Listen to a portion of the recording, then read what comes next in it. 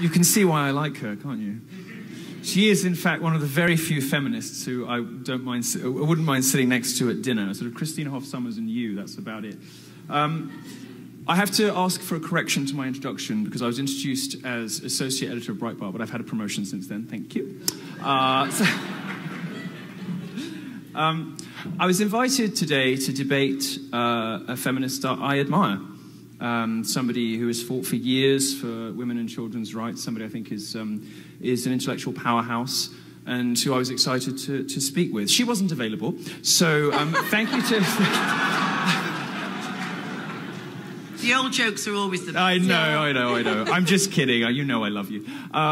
So, no, in all seriousness, Julie is one of the good feminists. And the fun thing about this is that we're having a debate at all. The existence of this debate sort of is the answer to the question. Some of you will know that Julie and I were both banned. She was banned first, the bitch. I get very upset about this. I'm so much more offensive than you.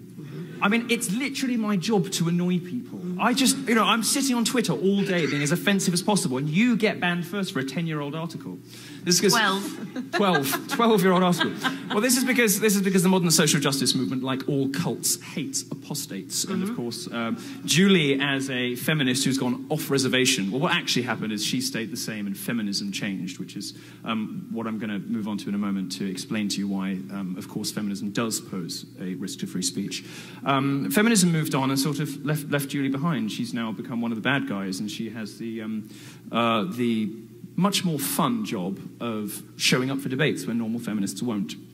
Now, it's perfectly reasonable for Julie to reject the brand of feminism that we're going to be talking a lot about today, and she's right when she calls them bellends. They are. She's right, and we're going to call them all sorts of other names in the next 2 hours.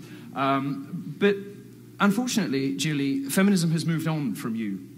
There are plenty more like me, trust me. Well, and not just my age. There are younger women who are identifying as radical feminist and calling the third wave fun feminist identitarians total bellends. Well, I think the problem has been that the particular modern brand of feminism, the feminism that has a problem with free speech, that doesn't like debates, that banned both of us.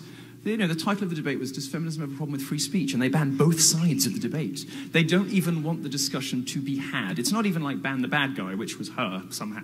It was ban both of you. And then, of course, the great organisers here, Dion and Hunter and others, stepped in and said, well, if they won't have it, we'll have you.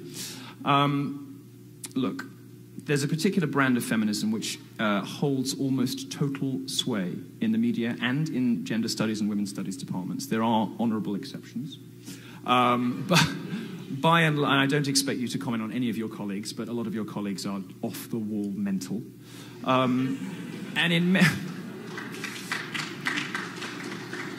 We're in a situation now where students can go to university, they come out dumber than when they went in. They are infantilized by safe space and trigger warning culture. The idea that interrogating a new idea, coming into contact with a school of thought or a person that doesn't conform to your prejudices is somehow problematic, that it gives rise to trauma. This evening, there is a safe space at Michigan University to protect the safety and emotional well-being of students from this dangerous faggot and a lesbian with the wrong opinions. That is insane.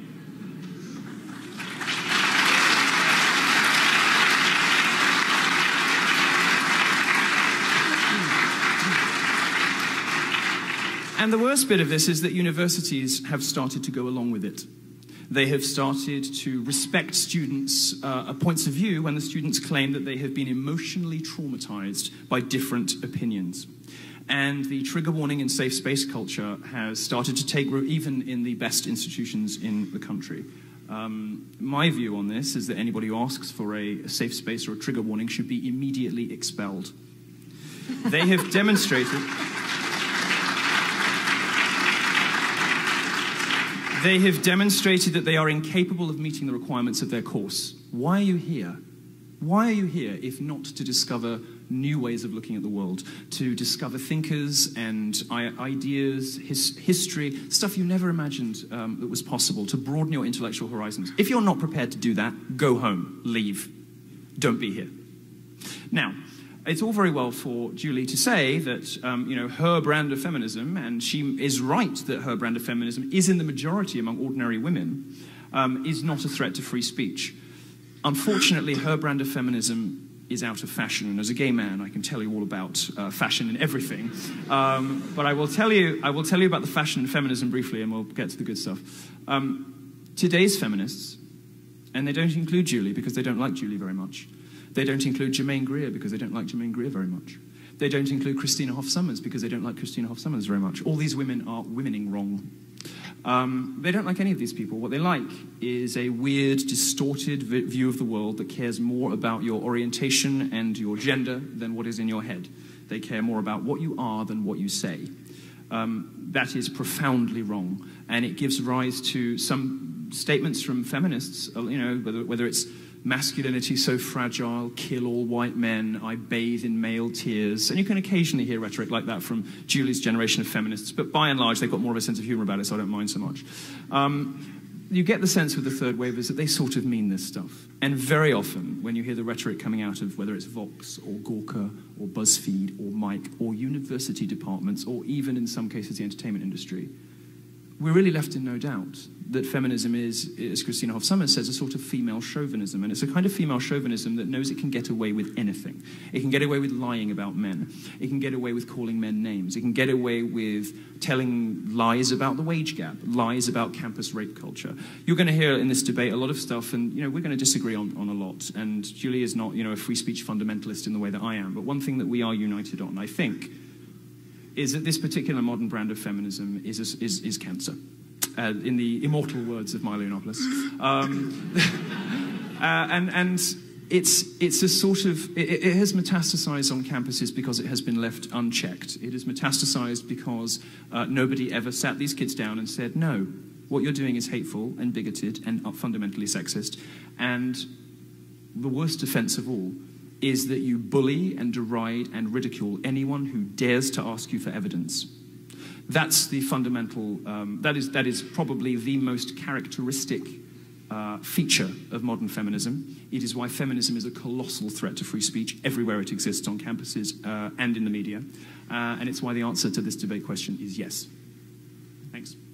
Thank you.